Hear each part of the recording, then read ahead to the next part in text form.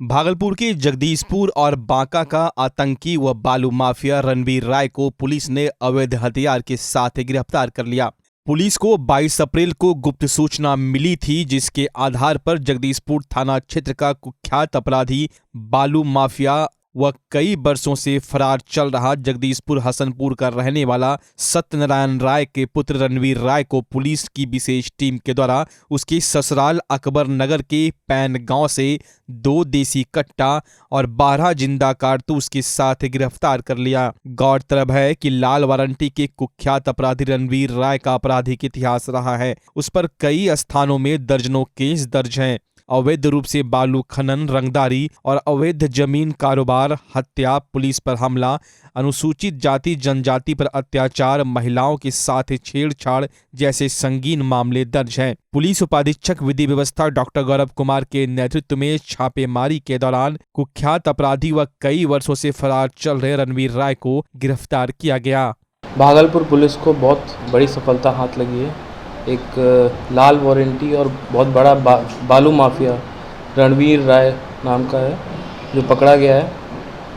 22 तारीख को हमें इसकी गुप्त सूचना मिली थी कि ये अकबर नगर अपने ससुराल आया हुआ है। उस सूचना का सत्यापन हमने किया और एसएसपी सर के द्वारा एक स्पेशल टीम का गठन किया गया और उसमें डीआईओ की टीम भी थी। जगदीशपुर थाना से कई लोग, बाईपास टीओपी से थे, अकबर नगर थानाध्यक्ष थे, थानाध्यक्ष सहकुंड भी थे वहाँ उसमें। और इस विशेष टीम ने लगातार 22 और 23 को छापेमारी की। उसी क्रम में कल शाम को 4 बजे रणवीर राय पकड़ा गया है और इसी की निशानदेही पे ये 2 वेपन भी सीज हुए हैं। और ये बहुत बड़ा कुख्यात अपराधी है। इसके ऊपर लमसम अभी तक जो हम लोग को पता चला है 10 केसेस हैं। इसने पहली जो हत्या थी वो 2005 में की थी। उसके बाद इसके ऊपर हत्या, रंगदारी, पुलिस पर हमला, बालू माफिया भी है ये, और भी अन्य प्रकार के कई केसेस हैं। जो टीम थी उसमें डीएसपी विधि व्यवस्था doctor Gaurav Kumar, Amit Kumar Jagdishpur SHO, Om Prakash SHO bypass TOP, प्रिय रंजन एसएचओ अकबर नगर और एसएचओ शाहकुंड पंकज कुमार शामिल थे। बहुत बड़ी उपलब्धि है और जो इंटेलिजेंस की हमारी टीम थी इसके ऊपर लगी हुई थी कई सालों से और अभी यह पकड़ा गया है। और ये बहुत बड़ा कुख्यात अपराधी है। बांका और भागलपुर में इसका पूरा नेटवर्क था और इसका कुख्यात क्रिमिनल था, तो इसका दबदबा था और इसको जेल भेज के एक बहुत अच्छा शातिर क्रिमिनल पकड़ा गया है और बहुत बड़ी सफलता हमें हाथ लगी है। भागलपुर के बरारी घाट पर 102 करोड़ की लागत से 1.1 किलोमीटर रिवर फ्रंट का निर्माण हो रहा है, जिसको लेकर पहले भी सवाल खड़े होते रहे हैं। वहीं कांग्रेस विधायक दल के नेता सह भागलपुर के विधायक अजीत शर्मा के द्वारा 6 सदस्यीय टीम जांच के लिए भेजी गई, जिसने स्थल पर जाकर रिवर फ्रंट के चल रहे कार्यों का बारीकी से निरीक्षण किया। इस दौरान टीम ने चल रहे कार्य में कई तरह की गड़बड़ियां पाई है। एक तरफ जहां सीमेंट और बालू के बन रहे मसाले में घोर अनियमितता पाई गई, वहीं छड़ भी जंग लगा हुआ पाया गया है। ईंट की क्वालिटी भी ठीक नहीं पाई गई है, जिसको लेकर टीम के द्वारा चल रहे कार्य की डिटेल कॉपी मांगी गई है। इससे पहले भी रिवर फ्रंट के काम पर कई बार सवाल खड़े हो चुके हैं और इसको लेकर कांग्रेस विधायक दल के नेता के द्वारा मुख्यमंत्री और विभागीय मंत्री को पत्र लिखकर कार्य में अनियमितता का आरोप लगाया गया था, लेकिन इसके बावजूद भी कार्रवाई नहीं हुई। आप सबके पसंदीदा फैशन स्टोर गोविंद चूड़ी भंडार अब नए रंग रूप में अपने भव्य शोरूम जनता चूड़ी भंडार के रूप में आपके सामने है। यहाँ आपको अब सभी प्रकार की मनिहारी सामान बाजार से बहुत ही कम कीमतों में मिलेंगी। यहाँ आपको फैंसी चूड़ी, जयपुरी लहठी, नेकलेस, इयररिंग, गला सेट, ब्राइडल सेट, फैंसी रबड़, fancy bag, fancy bracelet, metal चूड़ी, फैंसी मंगलसूत्र के अलावे सभी ब्रांडेड कंपनियों जैसे Lakme, lotus, VLCC, mama earth, Johnson and Johnson, Himalaya के सभी प्रोडक्ट डिस्काउंटेड रेट में उपलब्ध है। साथ ही आपके बच्चों के लिए फैशनेबल ड्रेस के अलावे सभी तरह के गिफ्ट आइटम भी उपलब्ध है। यानी कहे तो सभी प्रकार के कॉस्मेटिक आइटम और गिफ्ट आइटम अब आपको एक ही छत के नीचे जनता चूड़ी भंडार में मिलेंगे।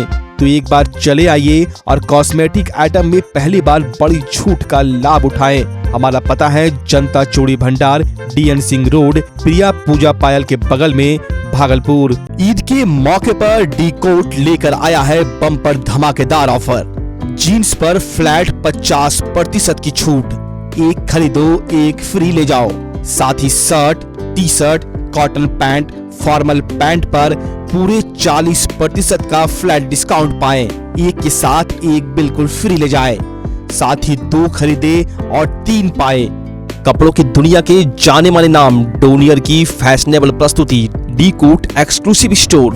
मेंस वियर की दुनिया का एक भरोसेमंद नाम डी कोट एक्सक्लूसिव स्टोर। यहाँ आकर्षक रंगों और नए ट्रेंडी डिजाइन में पुरुषों के कपड़ों की भव्य रेंज उपलब्ध है। Denim, jeans, shirt, T shirt, trouser, pant, jacket, track pant, lower सहित men's party wear, formal wear की विशाल श्रृंखला मिलेगी, वो भी बिल्कुल नए डिजाइन और रंगों के साथ।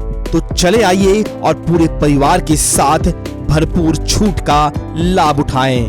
हमारा पता है डी कोट, पटल बाबू रोड, स्पाइकर शोरूम के बगल में, रिलायंस ट्रेंड्स के सामने, भागलपुर। भागलपुर में सोशल मीडिया पर आज जिलाधिकारी सुब्रत कुमार सेन का एक फेक आदेश वाला लेटर खूब वायरल हुआ। जब जिलाधिकारी से बात की गई तो उन्होंने इस लेटर को फेक बताया। सोशल मीडिया पर जिलाधिकारी के आदेशानुसार 24 अप्रैल और 25 अप्रैल को छुट्टी की घोषणा का ऑफिशियल लेटर जमकर वायरल हुआ, जिसमें साफ तौर पर लिखा हुआ था कि वर्तमान भीषण गर्मी को देखते हुए 24 अप्रैल एवं 25 अप्रैल को सरकारी एवं गैर सरकारी विद्यालय में छुट्टी रहेगी। वहीं अब सोशल मीडिया पर फेक लेटर तेजी से वायरल होने लगा तो लोगों के बीच आपस में छुट्टी की बातचीत शुरू हो गई और यह लेटर मीडिया के हाथ में पड़ा। और जब जिलाधिकारी सुब्रत कुमार सेन से पूछा गया इस लेटर में कहां तक सच्चाई है तो जिलाधिकारी ने साफ तौर पर कहा कि मेरे द्वारा 24 अप्रैल और 25 अप्रैल की छुट्टी देने वाली बात को लेकर ऐसा कोई आदेश निर्गत नहीं किया गया है। वहीं कुछ देर बाद जिला जनसंपर्क पदाधिकारी के ग्रुप में भी मैसेज आता है कि यह सोशल मीडिया पर जो लेटर वायरल हो रहा है वो गलत है। अब सवाल उठता है कि भागलपुर प्रशासनिक सेवा के तहत न्यायालय समाहर्ता भागलपुर दंड प्रक्रिया संहिता धारा 144 के तहत जिलाधिकारी के फेक लेटर को तैयार कर सोशल मीडिया पर अगर असामाजिक तत्वों द्वारा गलत तरीके से प्रसारित किया जाएगा तो लोग किसी भी तरह के सरकारी नोटिस पर कैसे विश्वास करेंगे। भागलपुर के सनहौला चौक स्थित स्कॉर्पियो की टक्कर में एक युवक की मौत हो गई। युवक की पहचान 31 वर्षीय मोहम्मद आसिफ के रूप में हुई है। वो सनहौला स्थित नर्सिंग होम में लैब टेक्नीशियन के रूप में कार्यरत था। वो पैदल नर्सिंग होम से घर की तरफ जा रहा था, तभी बेलगाम स्कॉर्पियो ने उसे जोरदार टक्कर मार दी, जिससे घटनास्थल पर ही वो बुरी तरह घायल हो गया। जिसके बाद आनन फानन में उसे मायागंज लाया गया, जहां इलाज के क्रम में उसकी मौत हो गई। वहीं मौत के बाद परिजनों का रो रो कर बुरा हाल है। पुलिस ने सब को अपने कब्जे में लेकर पोस्टमार्टम के लिए भेज दिया और अग्रतर कार्रवाई में जुट गई। स्कॉर्पियो गाड़ी जो है इसको धक्का मार दिया। ये सनहौला में काम करते हैं, लैब टेक्नीशियन हैं, किसी नर्सिंग होम में काम कर रहे थे। वहाँ से निकल के अपने घर की ओर जा रहे थे, वो पैदल ही जा रहे थे। स्कॉर्पियो तेज़ी से आई और इसको धक्का मारते हुए एक ट्रक में जाके टकरा गई। ये किस चीज़ से? ये पैदल थे, पैदल था। कहाँ पर घटना घटी है? सनहौला बाजार पर। सनहौला बाजार। हाँ। कब की घटना है? ये कल रात 9 बजे की है। क्या नाम है उसका? मोहम्मद आसिक। कहाँ के रहने? हम उनके ममेरे भाई हैं। कहाँ के रहने वाले? ये बलियास गांव के रहने वाले हैं। उम्र 31 वर्ष है। स्कॉर्पियो को पकड़ा गया क्या? हाँ, एक स्कॉर्पियो पकड़ा गया है। कहते हैं प्यार अंधा होता है, ऐसा ही एक प्रेम प्रसंग का अजीबोगरीब मामला भागलपुर से सामने आया। प्रेम प्रसंग में एक युवक ने धोखा खाने के बाद चूहा मारने वाली दवा खाकर अपनी जीवन लीला समाप्त कर ली। मामला भागलपुर के रन्नूचक मकनपुर का है। इंटर में पढ़ने वाला 18 वर्षीय रोहित कुमार अपने ही गांव की एक लड़की से बेइंतहा मोहब्बत करता था, लेकिन वो अपने प्यार की बेवफाई बर्दाश्त नहीं कर पाया और चूहे मारने की दवा खा ली, जिससे उसकी हालत काफी नाजुक हो गई।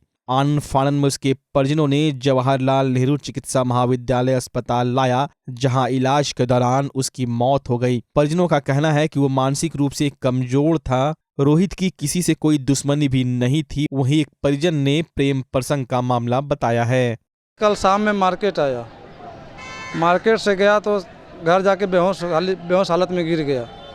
गिरने के बाद हम इसको मायागंज लाए। मायागंज लाने के बाद सवेरे इसका देहांत हो गया। क्या लगता है? ये हमारा साला लगता है। नहीं, आखिर बेहोश क्यों हुआ? ये तो वही बताएगा सर। खाया पिया था क्या? डॉक्टर को बताया जब हम मुँह से मरने वाला दवा खाए हैं। अच्छा, हाँ। क्या है, कुछ कारण फिर मतलब कोई विवाद था? नहीं, विवाद नहीं था कुछ, थोड़ा दिमागी हालत ख़राब था। क्या नाम था? रोहित कुमार, उम्र कितना था? 18 साल, क्या मतलब कहाँ के रहने वाले हैं? रन्नू चक मकनपुर। रन्नूचक मकनपुर के। जी पढ़ाई लिखाई करता था ये? हाँ, किस ईयर में? इंटरमीडिएट तक किया। भागलपुर के जवाहरलाल नेहरू चिकित्सा अस्पताल में एक बार फिर से लापरवाही की तस्वीर देखने को मिली है। मुंगेर के प्राइवेट नेशनल हॉस्पिटल से महिला मरीज निशा कुमारी गंभीर अवस्था में 10 बजे अस्पताल पहुंची, लेकिन यहां की लापरवाही देखिए। 2 घंटे से अधिक समय तक महिला मरीज एम्बुलेंस में वेंटिलेटर और ऑक्सीजन के सहारे यूं ही पड़ी रही, लेकिन अस्पताल प्रशासन का दिल नहीं पसीजा और उसे भर्ती करने से मना कर दिया। परिजनों का कहना था कि नेशनल हॉस्पिटल में पेट के घाव होने के कारण कल उसका ऑपरेशन किया गया था, वहां खर्चा अधिक लग रहा था और निशा की तबीयत भी ज्यादा खराब हो गई थी, जिसके बाद परिजनों से वहां से लेकर मायागंज अस्पताल पहुंचे थे ताकि यहां उसका बेहतर इलाज किया जाएगा। लेकिन लापरवाही कारण 2 घंटे से अधिक समय तक मरीज एम्बुलेंस में ही वेंटिलेटर के सहारे पड़ी रही। एक तरफ जहां स्वास्थ्य मंत्री तेजस्वी यादव बिहार में स्वास्थ्य व्यवस्था बेहतर करने को लेकर लगातार कई फैसले ले रहे हैं, इसके बावजूद भी स्वास्थ्य व्यवस्था में सुधार होता नजर नहीं आ रहा है। परेशानी उसको जो है ऑपरेशन हुआ है, लेकर आए हैं। पेट का ऑपरेशन हुआ? जी, पेट का ऑपरेशन हुआ है। लेकर आए हैं भर्ती करने के लिए, तो भर्ती नहीं ले रहा है। क्या बोल रहा है कि सीट खाली नहीं है और 9 बजे सुबह होगा। कै बजे से आए हुए हैं? 10 बजे से आए हुए हैं। बिहार बीजेपी प्रदेश अध्यक्ष सम्राट चौधरी के द्वारा मुख्यमंत्री नीतीश कुमार को राजनीतिक तौर पर मिट्टी में मिला दिए जाने के बयान पर कांग्रेस विधायक दल के नेता अजीत शर्मा ने कड़ी आपत्ति जाहिर की है। उन्होंने कहा कि अभी सम्राट चौधरी को अध्यक्ष बने 2 ही दिन हुए हैं और इस तरह का वो बयान दे रहे हैं। जनता विधायक और सांसद को चुनती है, इसका फैसला जनता करती है, न कि इस तरह के बयान मिट्टी में मिला देने की बात जिन्होंने कही है। यहाँ कोई कुश्ती नहीं हो रही है। उन्होंने सम्राट चौधरी से अपने दिए बयान को लेकर पूरे बिहार वासियों से माफी मांगने की मांग की है। उन्होंने कहा कि मुख्यमंत्री लंबे समय से मुख्यमंत्री है और उनके खिलाफ इस तरह का बयान देना कहीं से भी उचित नहीं है। बड़ा दुखद है कि आप अभी प्रदेश अध्यक्ष अभी बने, कितना दिन हुआ आपको बने हुए, और माननीय नीतीश कुमार मुख्यमंत्री तो 18-19 साल से मुख्यमंत्री हैं, काम कर रहे हैं बिहार के लिए, और आप अध्यक्ष बनने पर कहते हैं कि मिट्टी में मिला दें। क्या ये राजनीतिक भाषा होती है? जनता चुनती है विधायक को और सांसद को, और उसकी आवाज़ जो विधायक और सांसद वो सदन में उठाते हैं, लेकिन आप कहते हैं आप मिट्टी में मिला देंगे। आप हैं कौन मिट्टी मिलाने वाले? जनता फैसला करती है। आप अगर इस तरह की बातें करते हो, ओछी हरकत आपकी मानी जाएगी। आपको तो पूरे बिहार की जनता से खेद प्रकट करना चाहिए कि आपके मुंह से इस बात का भाषा निकला कि मिट्टी में मिला देंगे माननीय मुख्यमंत्री को। अरे इस तरह का भाषा प्रयोग मत कीजिए। जनता आपको प्रतिनिधि चुनी है तो कम से कम भाषा पर कंट्रोल रखिए और आप खेद प्रकट कीजिए जनता से कि आप माननीय मुख्यमंत्री के बारे में इस तरह का भाषा मिट्टी में मिलाने की बात करते हैं। तिलका मांझी भागलपुर विश्वविद्यालय के 47वें दीक्षांत समारोह आयोजन के लेकर जहां विश्वविद्यालय प्रशासन का व्यापक तैयारी चल रही है, वहीं 26 अप्रैल को होने वाले दीक्षांत समारोह में बिहार के राज्यपाल राजेंद्र विश्वनाथ आर्लेकर के आगमन को लेकर व्यापक तैयारी को लेकर कुलपति विश्वविद्यालय प्रशासनिक अधिकारियों के साथ TNB कॉलेज स्टेडियम के हॉल में एक अहम बैठक किया गया, जहाँ विश्वविद्यालय के कुल सचिव, परीक्षा नियंत्रक, कुलानुशासक, विश्वविद्यालय थाना अध्यक्ष सहित विश्वविद्यालय के कई अधिकारी बैठक में मौजूद थे। इस दौरान कुलपति ने कहा कि 26 अप्रैल को TNB कॉलेज स्टेडियम परिसर में होने वाले दीक्षांत समारोह में राज्यपाल द्वारा 1929 स्नातक और स्नातकोत्तर छात्रों को डिग्री की उपाधि प्रदान की जाएगी, जबकि 96 PhD की उपाधि, 2 डिलीट छात्रों को एवं 9 स्मृति पदक, वहीं 156 छात्रों को गोल्ड मेडल दिया जाएगा, जिसमें 91 छात्र शामिल हैं। दीक्षांत समारोह की फाइनल तैयारी चल रही है, एक एक बिंदु पर विचार किया जाए, मतलब फाइनल रिव्यू हो रहा है। और बताएं कितने को दीक्षांत समारोह में? दीक्षांत समारोह में टोटल 1929 स्टूडेंट्स को उपाधि दी जाएगी, डिग्री दी जाएगी, ठीक है, जिसमें 156 स्टूडेंट्स को गोल्ड मेडल दिया जाएगा। उस 156 में 91 में गर्ल्स स्टूडेंट, ठीक है। इसके अलावा बहुत सारे स्मृति चिन्ह 5 अलग से दिए जाएंगे, मतलब जिन लोगों जो डोनर होते हैं, जो अपने फैमिली के नाम से कि पिताजी के नाम से, या इन लोग ऐसे 5 तरह के हैं। और स्मृति पदक जो 9 स्टूडेंट्स में 9 विद्यार्थियों में बांटा जाएगा। 2 डिलीट की डिग्री दी जाएगी और 96 PhD की डिग्री दिया जाएगा इस समय। और क्या कह सकते हैं? मैं एक चीज और बता दूं कि इस दीक्षांत समारोह में जो डिग्री दी जाएगी, गोल्ड मेडल दिए जाएंगे, उसमें PG सत्र 17-19 एवं 18-20 और ग्रेजुएशन का जो है वो सत्र 18-21। भागलपुर में चल रहे सैंडिस कंपाउंड में स्मार्ट सिटी के विकास योजनाओं के अंतर्गत हो रहे कार्यों पर युवा एकता सामाजिक संगठन के कार्यकर्ता ने निगम प्रशासन एवं स्मार्ट सिटी प्रबंधन के कार्यों पर चिंता व्यक्त करते हुए संगठन अध्यक्ष ओम प्रकाश उपाध्याय के नेतृत्व में विरोध प्रदर्शन किया। विरोध प्रदर्शन में संगठन के पदाधिकारी, प्रबुद्ध नागरिक, सभी प्रकोष्ठ, युवा एवं बड़ी संख्या में आमजनों ने भागीदारी की। काटे गए पेड़ों की जगह पर अविलंब पेड़ लगाए जाने, पानी की समस्या को दूर करने, बंद पड़े प्याऊ को चालू करने को लेकर निगम प्रशासन के खिलाफ नारेबाजी की। जनता की विभिन्न मांगों को रखते हुए संगठन के अध्यक्ष ओम प्रकाश उपाध्याय ने कहा कि स्मार्ट सिटी के नाम पर विकास की आड़ में सैंडिस कंपाउंड का पर्यावरण असंतुलित हो रहा है। अब तक अनगिनत पेड़ काटे जा चुके हैं। अगर इसी तरह पेड़ों को काटते रहा गया तो एक समय सैंडिस कंपाउंड की हरियाली समाप्त हो जाएगी। आर्थिक लाभ के लिए पेड़ों की कुर्बानी ली जा रही है। सैंडिस कंपाउंड में सारे पेड़ खत्म हो जाएंगे तो क्या होगा? ग्लोबल वार्मिंग की समस्या होगी, पर्यावरण का संतुलन बिगड़ेगा, पृथ्वी का तापमान बढ़ेगा। अगर ऐसा होता है तो भविष्य में हम लोग ऑक्सीजन के लिए तरसेंगे। गौरतलब है कि भागलपुर का सैंडिस कंपाउंड मैदान पूरे शहर का हृदय स्थल है। हजारों लोग यहाँ सुबह और शाम टहलने के लिए आया करते हैं। अगर पेड़ नहीं रहेंगे तो ना ही लोगों को हवा मिल पाएगी, ना ही उन्हें छांव। कार्यक्रम में महामंत्री मंटू यादव, डॉक्टर आरिफ आजाद, डॉक्टर विश्वजीत कुमार, सिकंदर चौधरी, दिलीप कुमार आदि मौजूद थे। बच्चा जब जन्म लेता है तो कई बार बच्चा तुरंत नहीं रोता है, रोने में देर हो जाता है। ऐसे में बच्चा क्षतिग्रस्त हो जाता है और उसके बचने की संभावना कम हो जाती है। और यदि बचा तो भविष्य में उसमें विकलांगता की समस्या आती है, जिसे CP कहते हैं, जिसका कोई माकूल इलाज नहीं है और ज़िंदगी भर बच्चा विकलांगता से जूझ सकता है। ऐसे में पूरे संसार में कूलिंग थेरेपी का सहारा लिया जाता है। जन्म से ठीक 6 घंटा के अंदर यदि उसको कूलिंग थेरेपी दिया जाए तो उससे उसका CP की समस्या कम होती है और बचने की भी संभावना बढ़ती है। पहली बार बिहार झारखंड में आपके शहर के स्नेह नवजात शिशु बाल सेवा केंद्र में यह मशीन उपलब्ध है। कभी भी ऐसी बात हो कि बच्चा रोने में विलम्ब हो गया तो आप स्नेह नवजात शिशु बाल सेवा केंद्र में जरूर संपर्क करें।